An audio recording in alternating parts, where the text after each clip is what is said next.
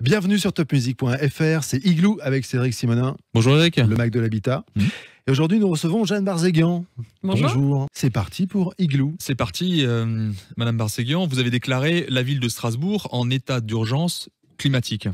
Et finalement, qu'est-ce que cela implique pour le logement et qu'est-ce qui a déjà été mis en œuvre?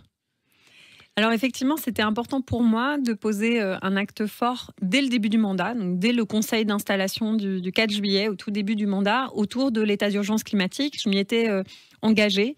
Il me semble qu'en 2020, il est important de rappeler qu'on a peu de temps pour agir et que cette question climatique, on doit pouvoir la prendre en compte dans toutes nos politiques et notamment, vous avez raison, sur tout ce qui concerne l'habitat, le logement, l'urbanisme en général et je dirais même plus globalement, comment est-ce qu'on va transformer les activités du territoire et l'aménagement du territoire. Donc, concrètement, cette déclaration d'état d'urgence climatique, elle passe par une mobilisation de l'ensemble des acteurs. C'est important d'avoir avec nous, évidemment, des citoyens, des citoyennes, et pas seulement ceux qui défilent leur démarche pour le climat. C'est essentiel, mais il faut remporter une adhésion beaucoup plus large. Mais il faut qu'on embarque plus largement que ça, y compris le monde économique, les administrations, les associations. Il faut vraiment que tout le monde pousse dans le même sens. Est-ce que vous sentez déjà qu'il y a un mouvement qui s'est mis en marche?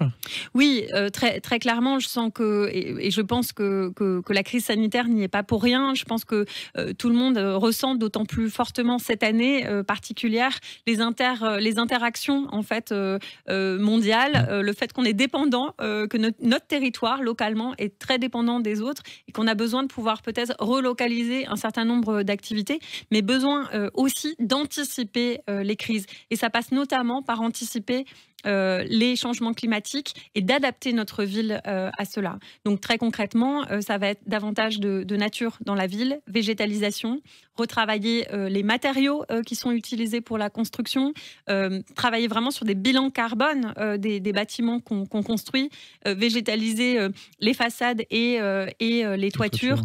Intégrer, évidemment, continuer d'intégrer la question de l'efficacité énergétique, mais pas en ayant en tête seulement le confort thermique l'hiver, mais aussi le confort d'été quand il fait très chaud. Ce sont toutes ces questions que nous travaillons avec l'ensemble des acteurs, à la fois du monde économique et aussi de l'habitat et de l'urbanisme. Cette déclaration, déclarer Strasbourg en urgence climatique, ça a lancé votre mandat.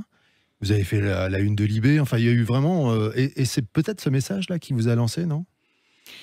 Je pense que, encore une fois, la priorité climat, c'est vraiment la marque de fabrique, j'allais dire, du projet que je porte, toujours en lien d'ailleurs avec les questions sociales. Et les questions aussi démocratiques, c'est-à-dire de dire on n'a plus beaucoup de temps, je vous le disais, mais c'est pas pour autant que on ne doit pas concilier écologie, transition écologique, défis climatiques avec les impératifs de justice sociale et aussi de faire participer l'ensemble de nos concitoyens à ce débat. Et cette urgence, elle est dans votre tête chaque jour de votre mandat ? Elle est dans ma tête depuis longtemps, puisque je suis engagée sur ces questions environnementales depuis une vingtaine d'années. Mais ce qui a changé aujourd'hui, au-delà du fait que j'ai un peu plus de levier pour agir, aujourd'hui en tant que maire de Strasbourg et présidente déléguée de l'Eurométropole, c'est vraiment le temps. C'est-à-dire, on a beaucoup dit c'est le dernier mandat pour le climat.